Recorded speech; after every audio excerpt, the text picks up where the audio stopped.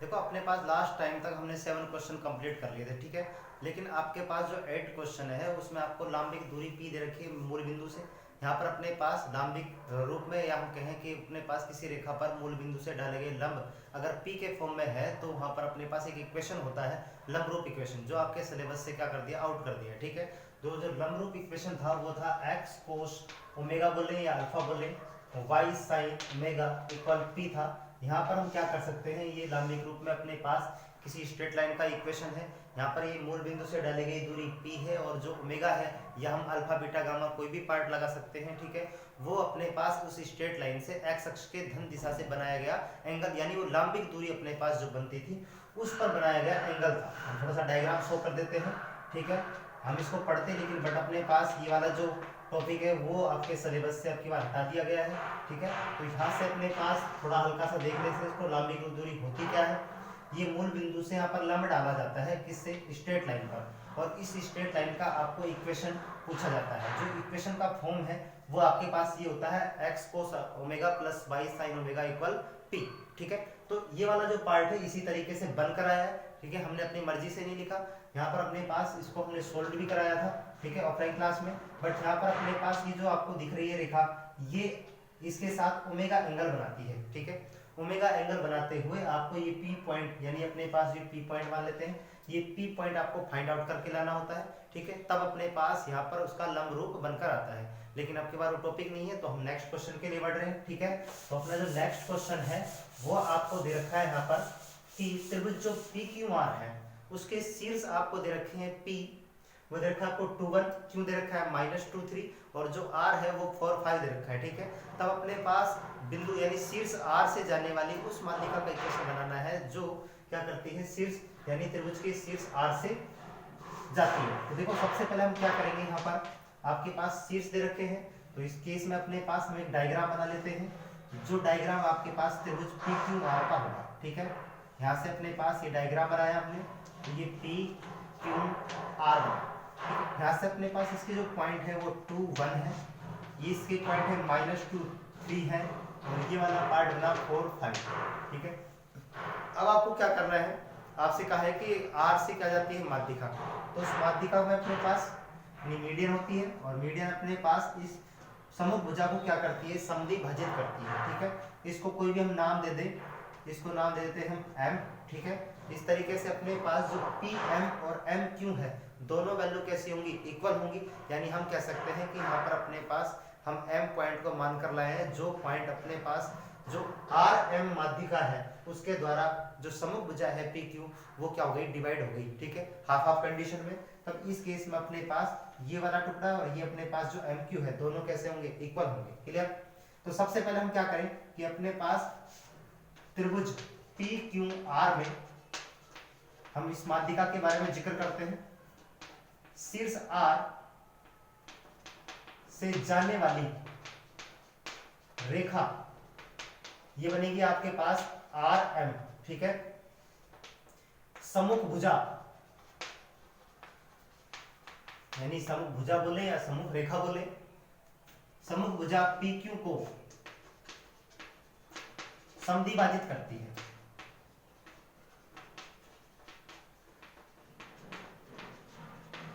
ठीक है। जब ये इसको समद्विभाजित करती है तब उस केस में हमारे पास देखो M पॉइंट है, इसके हम कोऑर्डिनेट निकाल सकते हैं।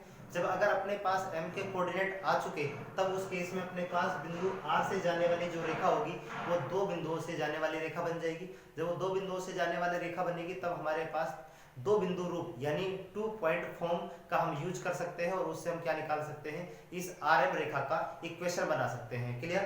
तो यहाँ से हम क्या करेंगे, सबसे पहले इस पॉइंट का हमें कोऑर्डिनेट निकाल के लाने हैं, ठीक है। तब हम कह सकते हैं अर्थात बिंदु M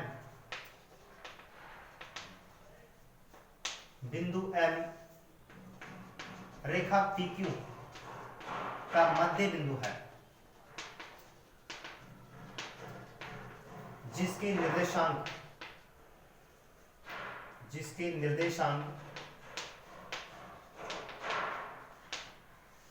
क्या बनेंगे अपने पास, यहां पर हम फॉर्मूला अप्लाई कर सकते हैं। कि मध्य बिंदु के जो निर्देशांक होते हैं वो x1 plus x2 by 2, y1 plus y2 by 2, ठीक है। तो x1 प्लस x2 बाई 2 और y1 प्लस y2 बाई 2, ठीक है। इस तरीके से हमें क्या निकालना है, इसका मिड पॉइंट निकालना है, यानी इसका मध्य बिंदु निकालना है, ठीक है। और ये बिंदु अपने पास कौन सा होगा, m होगा।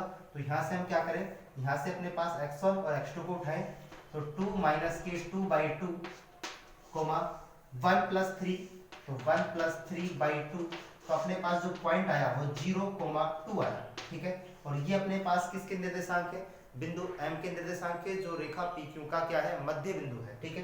तो इस तरीके से अपने पास जो ये m पॉइंट आया वो 0,2 बना। अब यहाँ से अपने पास दो बिंदुओं से जाने वाली जो रेखा है उसको हम आसानी से निकाल सकते हैं, ठीक है। तो यहाँ से अपने पास हम बात करें किसके लिए, हम रेखा की बात कर लेते हैं। तो तब बिंदु R45 तथा M02 से जाने वाली सरल रेखा का समीकरण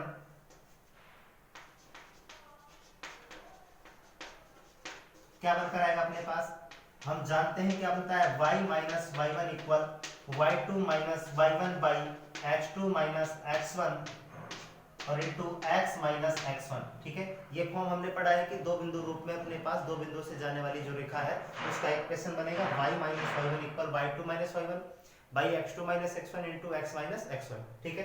अब यहाँ से आप क्या करेंगे, इसमें वैल्यू पुट करा सकते हैं, ठीक है। तो यहाँ से आपके पास एक विशेष बात ध्यान रखनी है कि जिसकी कैलकुलेशन में आसान हो बिंदु, उस बिंदु पॉइंट को हम क्या करेंगे, x1 y1 मान के चलेंगे। यहाँ पर आप जो दे रखा है ये इसकी प्रोणता है, और प्रोणता यानी स्लोप, और स्लोप को हम किसी फॉर्म में भी यानी x1 y1 x2 y2 किसी भी पॉइंट को मानकर चल सकते हैं, वहां पर कोई इफेक्ट नहीं पड़ता है। जब हमने इसकी ढाल रूप में वह पॉइंट्स पढ़े तब हमने देखा कि यहाँ पर बिंदुओं को चेंज करने पर उसके स्लोप में कोई चेंजमेंट नहीं होता है।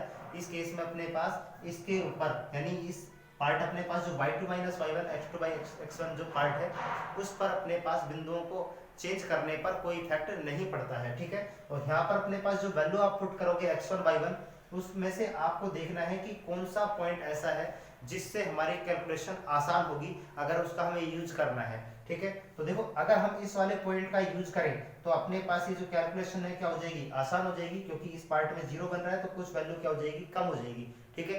बट अगर आप इसका यूज करना चाहते हैं 4 5 का तो इससे भी यूज कर सकते हैं। आपका जो सर्टिफिकेशन आंसर होगा वो एग्जैक्ट होगा, ठीक है, उसमें कोई चेंजमेंट नहीं होगा। अपने पास अपने जो रेखा प्राप्त होगी हो सकता है आपके पास रेशो के फॉर्म में हो, यानी उसकी जो ढाल होगी वो सेम होगी, ठीक है। तो यहाँ से अपने पास ये जो पार्ट है वो आप इस पॉइंट का यूज कर सकते हो, आप इस R पॉइंट का यूज कर सकते हो, ठीक है। तो यहाँ से हम कौन से पॉइंट का यूज कर रहे हैं, 0,2 का यूज कर रहे हैं, ताकि अपने पास जो कैलकुलेशन है वो क्या हो, आसान हो। तो यहाँ से अपने पास जो पार्ट बना वो y माइनस के 2 इक्वल, ठीक है। और दूसरा पार्ट अपने पास क्या बना, यहाँ से इसका जो पार्ट है ये वाला जो, इसकी हम क्या निकाल लेंगे, ढाल निकाल लेंगे। तो ढाल 2 माइनस के 5, 2 माइनस के, अब यहाँ पर आप देख सकते हैं कि हमने यहाँ पर फिलहाल इसको क्या मानना है, x1 y1 मानना है, और यहाँ पर हम जो ढाल बना रहे हैं इसकी, इसको हम x2 y2 मान के ला रहे हैं, तो उससे भी कोई इफेक्ट नहीं पड़ता है, ठीक है। आपकी जो ढाल होगी उसमें कोई इफेक्ट नहीं पड़ेगा। आप चाहें तो इस वाले पार्ट को क्या मान ले, y2 मान ले, तो ये बना 5 माइनस के 2 बाई ये बना 4 माइनस के 0, ठीक है। और यहाँ से हमने लिया x माइनस के ये बना 0, ठीक है। इस तरीके से अपने पास जो वैल्यू बनी वो क्या बनकर आएगी भाई, यहाँ से अपने पास बना ये y माइनस 2 इक्वल, यहाँ से अपने पास बना 3/4 और x माइनस की ये 0 है इंटू यानी x लगा सकते हैं, ठीक है। क्रॉस मल्टीप्लिकेशन करते हैं इसको इधर, तो अपने पास जो वैल्यू बनकर आएगी 4 into y minus 2 equal 3x, यानी बना 4y माइनस की 8 इक्वल 3x, ठीक है। और इस पूरे पार्ट को अगर उधर ले जाए तो अपने पास जो वैल्यू बनकर आएगी वो क्या बनेगी, 3x माइनस के 4y और प्लस के 8 इक्वल 0। और यही आपके क्या होगा, इस स्ट्रेट लाइन का इक्वेशन होगा जो त्रिभुज PQR के शीर्ष से जाएगी और सामने वाली जो भुजा है समभुजा उसको क्या करेगी, दो बराबर भागों में बांटेगी, जिसे हम क्या बोलेंगे, उस वाली रेखा को हम माध्यिका बोलेंगे। यानी इसलिए अपने पास जो माध्यिका का इक्वेशन है जो बनेगा अपने पास 3x minus 4y plus 8 equal 0। Clear.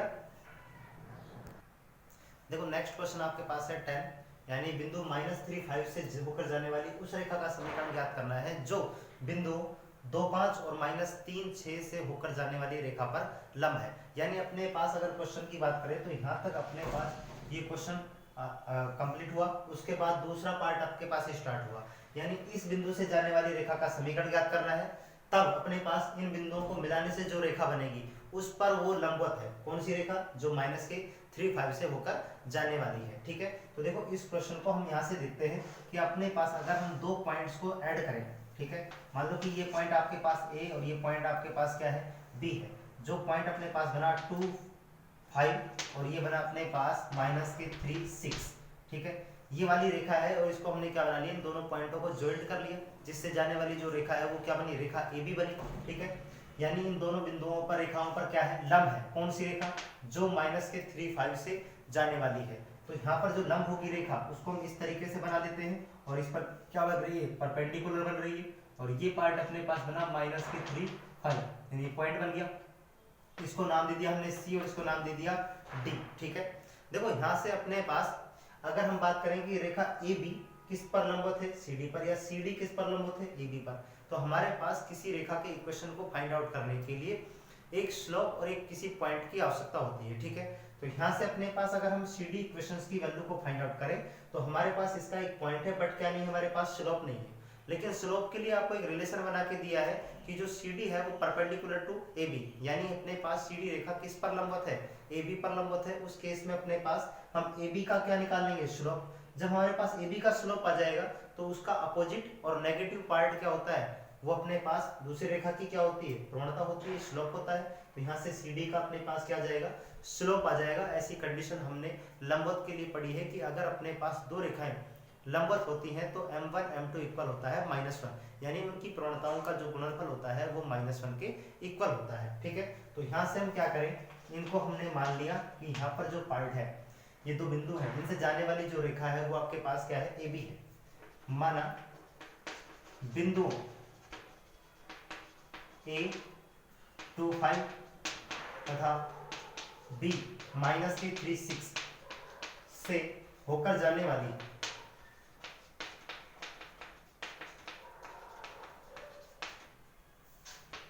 सरल रेखा ए बी है, जिसकी ढाल, यानी m1 लेट कर लेते हैं इसको, क्या बनेगी? अपने पास दो बिंदुओं से जा रही है और दो बिंदुओं से जाने वाली जो रेखा है उसकी ढाल y2 - y1 by x2 - x1 की कंडीशन से निकाल लेंगे।